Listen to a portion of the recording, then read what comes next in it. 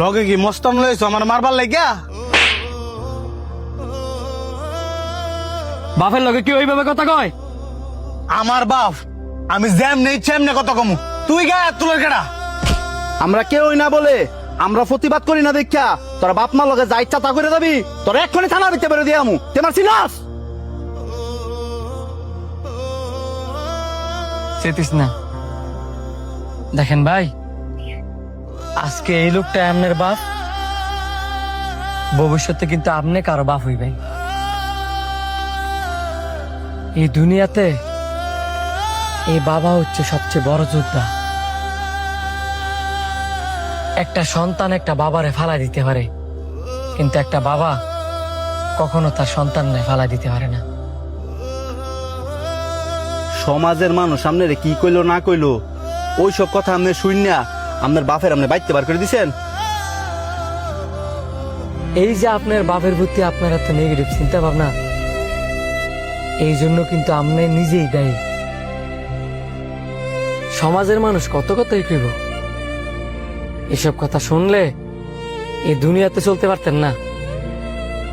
আর সমাজের মধ্যে কিছু মানুষ থাই ওই কেউ কারো ভালো দেখতে পারে না। বাদ দেন সমাজের কথা, যেই বাপে আপনার হাত ধরে আপনার হাঁটা চলা শিয়েছে, রোদ ফুইরা বৃষ্টিতে ভিজা নিজের রক্তরে পানি কইরা আমনেরে কামাই করে খাওয়া বড় করছে, আজকা হে বাপের মনে কষ্ট দিতে আমনের বুকটা একটু কাঁপলো না? আরে তুই কার লগে কি কইতেছস? হ্যাঁ, বাপ কি জিনিস সেটাই তো বুঝে না। হ্যাঁ, যদি জানতো একটা বাপ একটা সন্তানের জন্য কত কিছু ত্যাগ স্বীকার করে, জানলে হ্যাঁ জীবন বাপের লোক এরকম ব্যবহার করতো না। আপনারও দোষ আছে।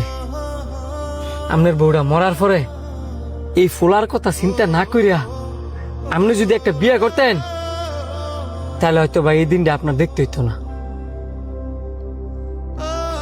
একটা পুরুষ মানুষ এই পৃথিবীতে বড়ই অবহেলিত। বৃদ্ধকালে যদি আপনার জীবন সঙ্গী না থাকে, আপনি কারো থেকে সেবা যত্ন পাইতেন না। আপনার জায়গায় যদি আপনার বউ হইতো, হয়তো বা দেখতেন আজকে এই ঘটনাটাও ঘটতো না।